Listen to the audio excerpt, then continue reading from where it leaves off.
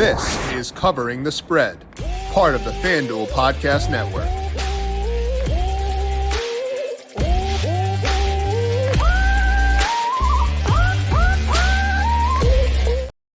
The Boston Celtics up 1-0 in the NBA Finals after a dominant win last night over the Dallas Mavericks. We're going to break down key takeaways from that game and take a look forward to Game 2 by talking to Tom Vecchio for today. Then I'll talk NASCAR in Sonoma to round out the week. This is Covering the Spread right here on the FanDuel Podcast Network and FanDuel Research. My name is Jim Saunas. I am a managing editor of digital media for FanDuel Research, joined here as mentioned by Tom Vecchio. Check him out on X at Tom_Vecchio1.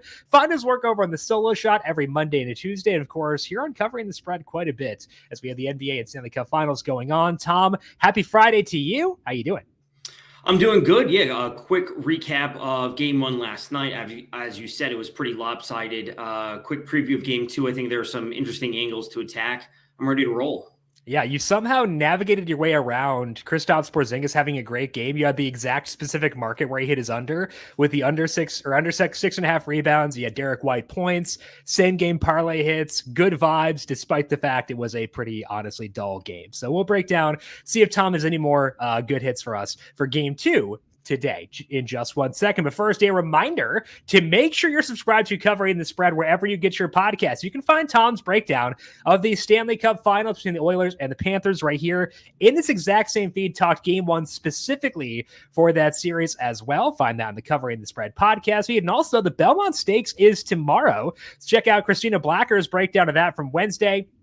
Talked about a lot of in-depth stuff around Mystic Dan. We talked Sierra Leone. We talked about all the favorites and her favorite bets at FanDuel Racing for the Belmont Stakes, which is tomorrow in Saratoga. So to get those shows, search for Covering the Spread wherever you get your podcasts. Hit subscribe. If you like what you hear, leave us a 5-star rating and review as well. And of course, all these shows up on the FanDuel YouTube page and over on FanDuel TV Plus.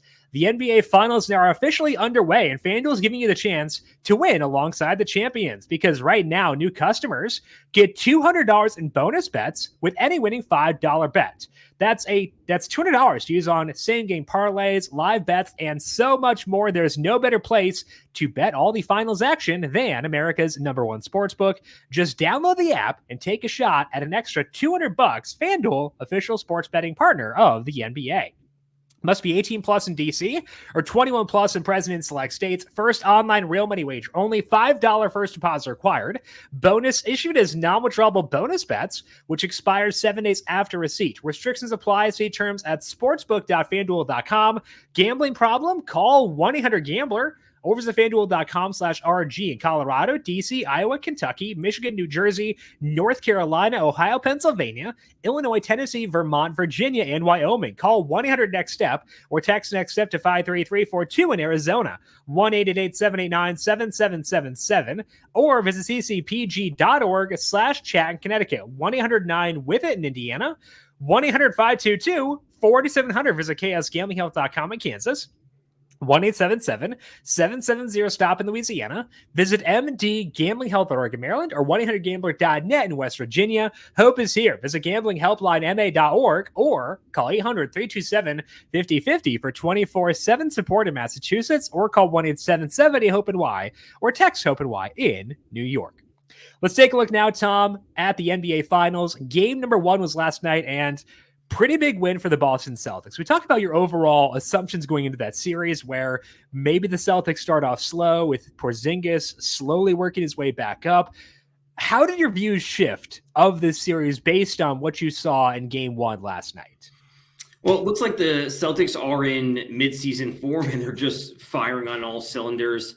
The threes early in the game, I think, would be the note that a lot of people take away. And I mentioned it literally in the preview pod that we did a few days ago at the beginning of the week, where I said that they hit threes at a great clip. That's why they have all these massive wins by 30-plus points. Right. In the postseason, they're hitting 14.7 threes per game. They're shooting 39 threes per game. They're attempting 39 per game, and they're shooting them at 36.9%, which is largely in line with what we saw the regular season, 16.5 made, 42 shots per game, and 38%. So they're basically on par, just a few less here or there as you would expect for the postseason.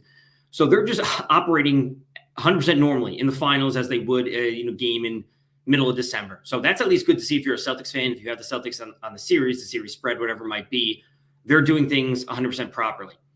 What we do see a glimpse of last night is that Tatum had a pretty modest game in terms of scoring because everyone around him is doing so well. And this is often what times that we saw in the regular season where Tatum doesn't need to drop 40 points because this guy's got 15, like Derek White, and Brown does his thing. Tatum can add in a bunch here. And then we have Drew Holiday, we have Porzingis. So it's like a collective effort. So I think that has me interested in actually Tatum under points, which I know can be super thin. So as of now, it's a lean. It's at 26.5, I believe. If it moves to 27, that's why I have a ton of interest.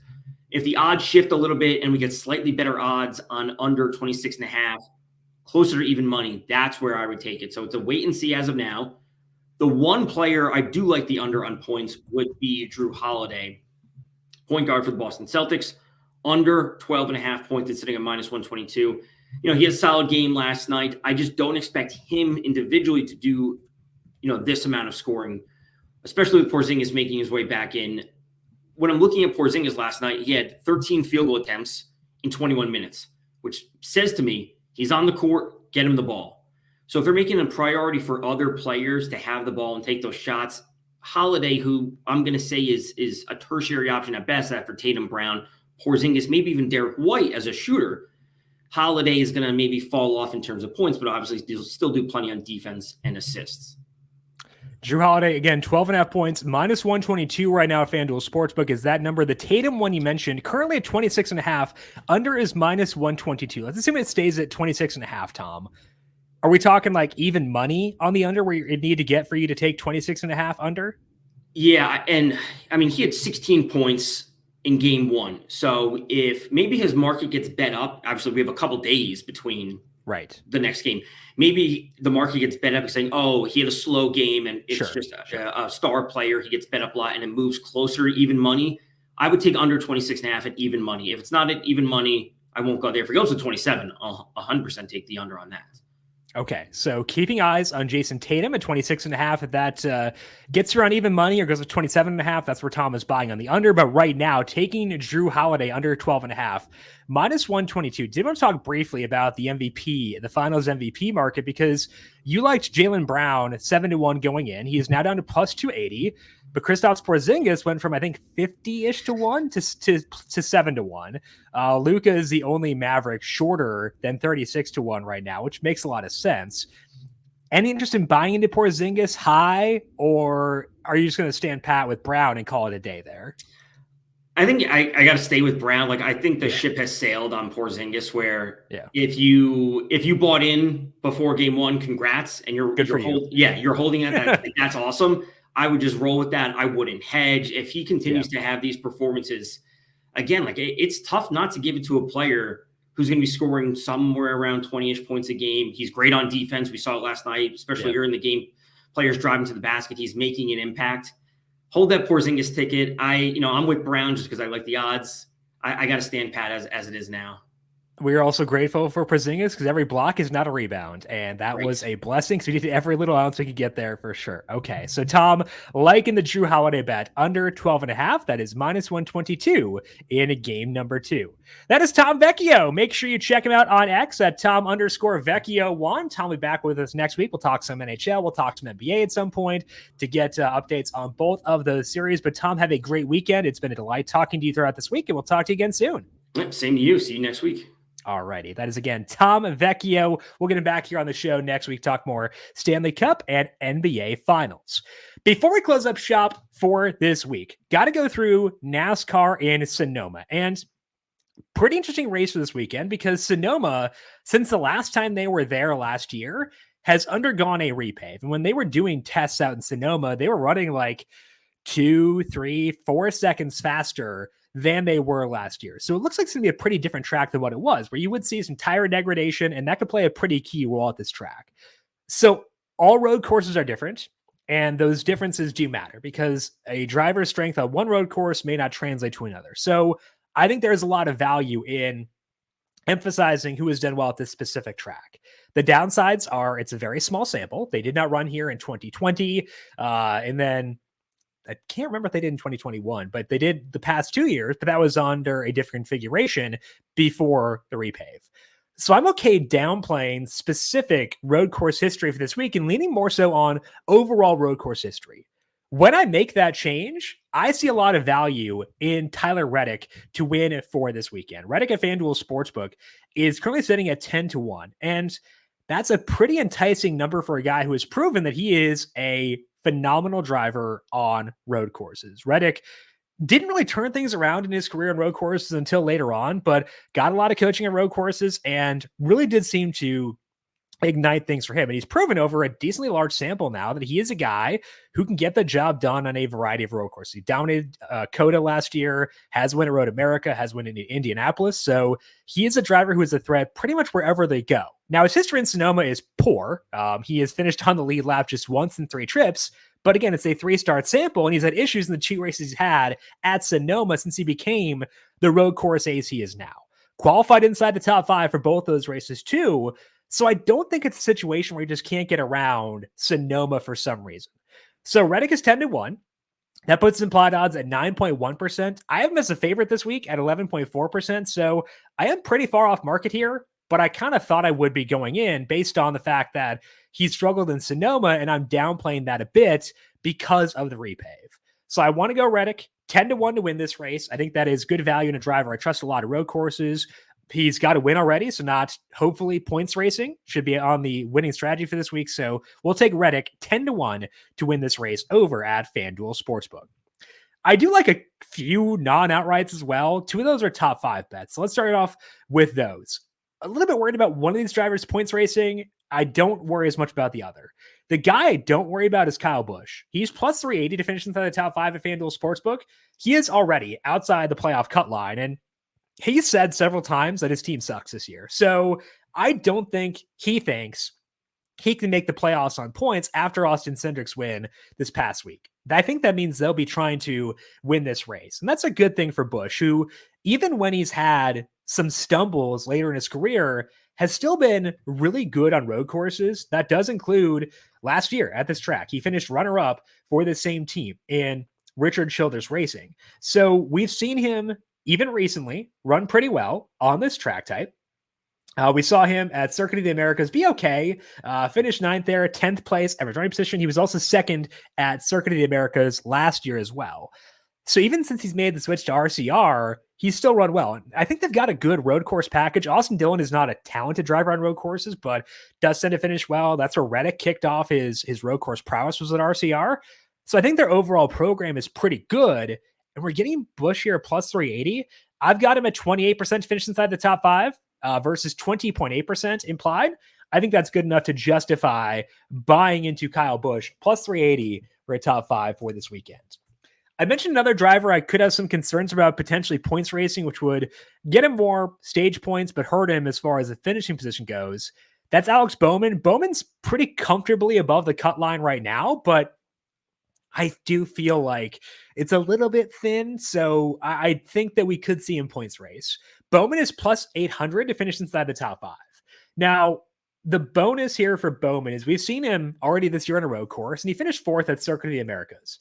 So in that race specifically, his strategy was good enough to get inside the top 5 to cash this one. He was also 3rd in COTA last year, 5th in Indianapolis last year. He nearly won COTA back in 2022. So this is a guy who was pretty good on road courses in the next gen era. He has 3 or 4 top 5s in 12 races, which is a 33% rate. And his implied odds here are 11.1%. Now, I don't expect him to continue that 33% clip. I've got him at 21% for a top 5 this week, but that's still a good amount above the implied odds at 11.1%. So we'll take Alex Bowman 8-1. Some concerns around stage racing, trying to get points there. So downplay him a tad as a result. That's why I prefer Busch at plus 380. But Bowman 8-1, I think those odds forgiving enough to take into account the fact that he may be gunning for points over the finish this weekend. Finally, one top 10 bet I like for this week, actually like a good number, but the one I want to recommend here on the show is Chase Briscoe. Chase Briscoe sitting at 4-1 to finish inside the top 10. Good number for him, and one I am willing to buy into. Briscoe has shown good road course prowess in the past. Back in the Xfinity Series, he's a guy who can contend for wins here. He nearly won the Indy road course a couple years ago, but then he did cross the finish line first, but got penalized for bumping Denny Hamlin out of the way, kind of intentionally crashing him. Or he got a penalty and then crashed Hamlin. Crossed the finish line first, but did not count. And since then has been okay. Hasn't had like the top end finishes, but he's run pretty well in general. The implied odds for Briscoe to finish inside the top 10 are just 20%. I'm at 27.5%. His form has looked a lot better this year. He's shown in the past he can be good on road courses when his equipment is good enough. And I think what we've seen this year implies that his equipment likely is good enough. So the 4 bets I like for Sonoma are Tyler Reddick to win at 10-1. I like Kyle Busch top 5 plus 380, Alex Bowman top 5 8-1, and then Chase Briscoe rounding things out for a top 10. He is 4-1.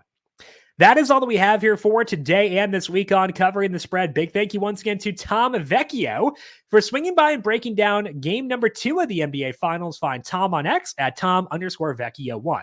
I am on X at Jim Sonis. You can also find FanDuel Research on X at FanDuel Research. Want to thank you all for tuning in for today and this week. Good luck to you with your bets across this week and enjoy all the fun sports at your fingertips. We'll talk to you once again next week. This has been Covering the Spread right here on the FanDuel Podcast Network.